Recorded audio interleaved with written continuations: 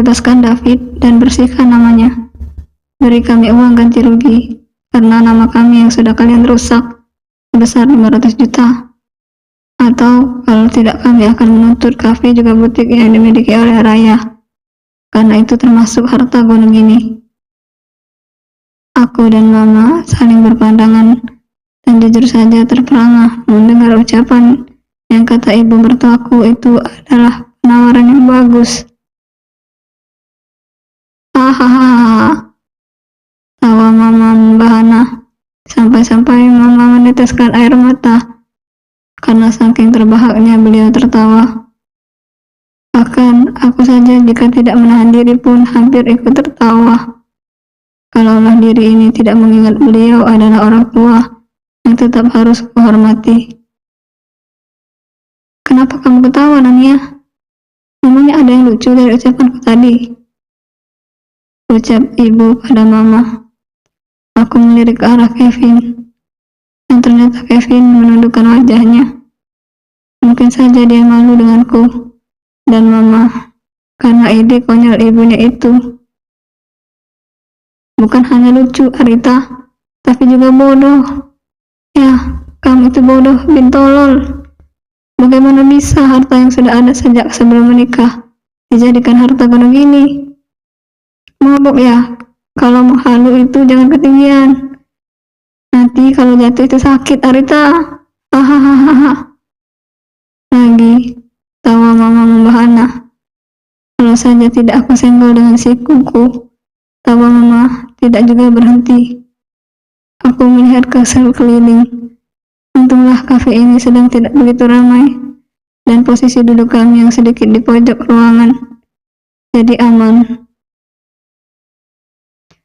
Apa maksud kamu ngomong begitu? Kamu ngatain aku ini bego? Ucap ibu dengan wajah terlihat memerah karena amarah. Sepertinya ibu benar-benar tak terima dengan umpatan yang dilontarkan oleh Mama.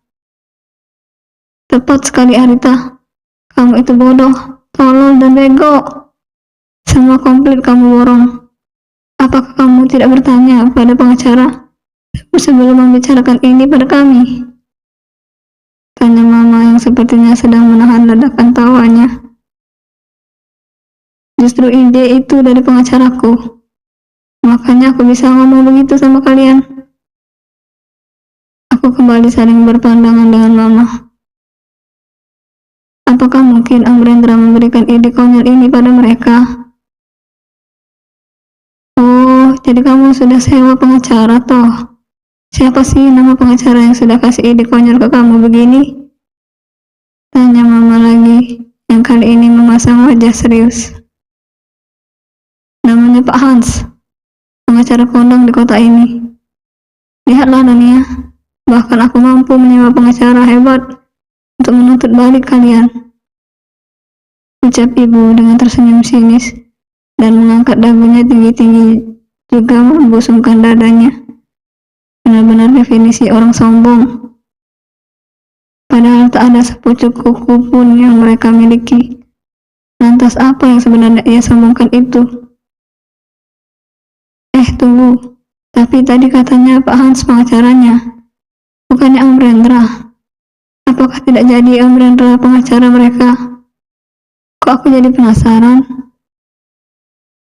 Arita, cobalah bertanya pada Kevin. Dia sepertinya pasti tahu soal ini. Kali ini aku hanya sebagai penonton saja, membiarkan Mama dan juga ibu saling berdebat. Kan memang itu tujuanku.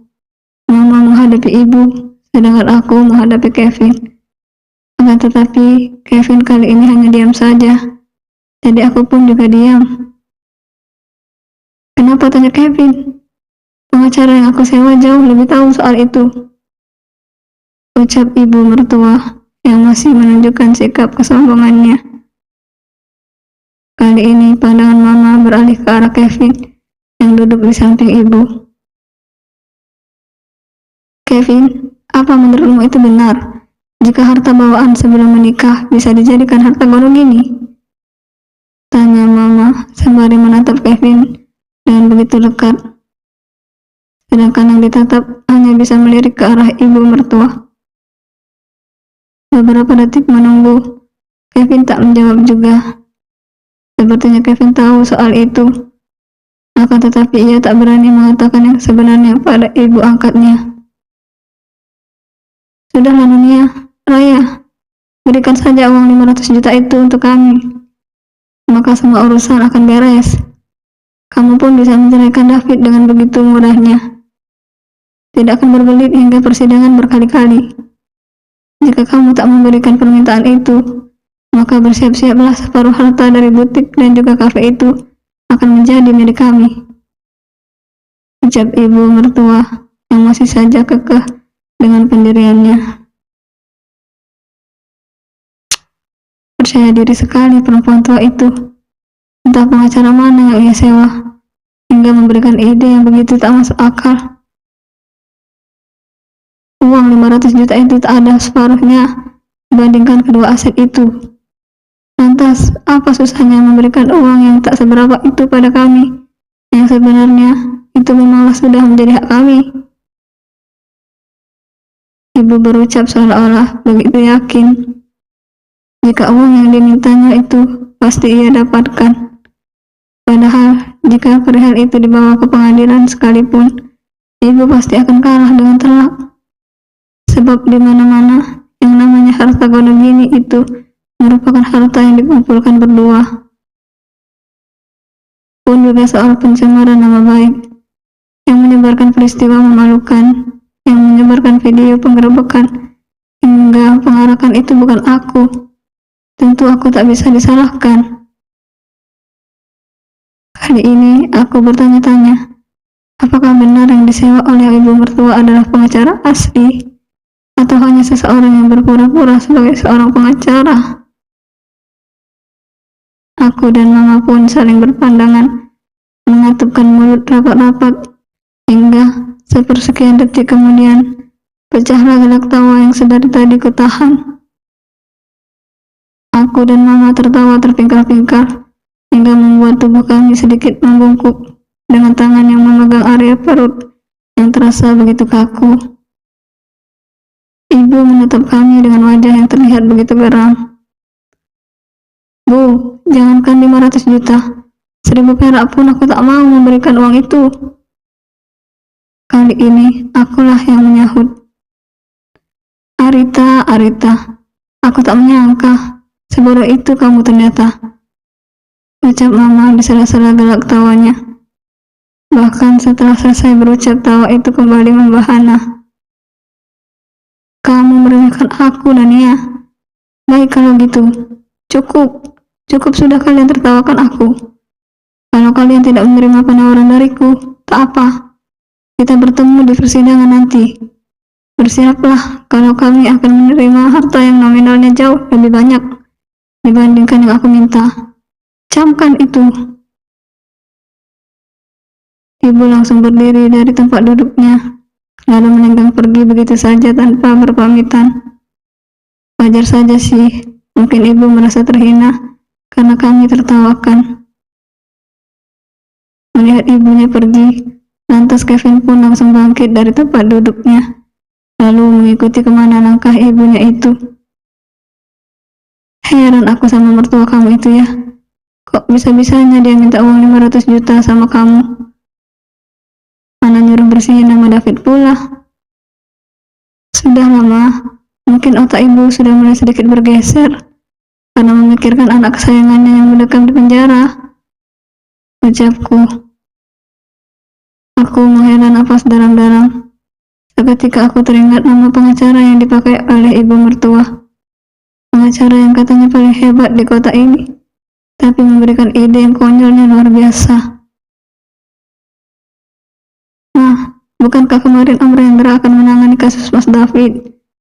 Tapi kok ibu tadi mengatakan kalau pengacara yang ia sewa namanya Pak Hans? Mungkin ganti pengacara kali.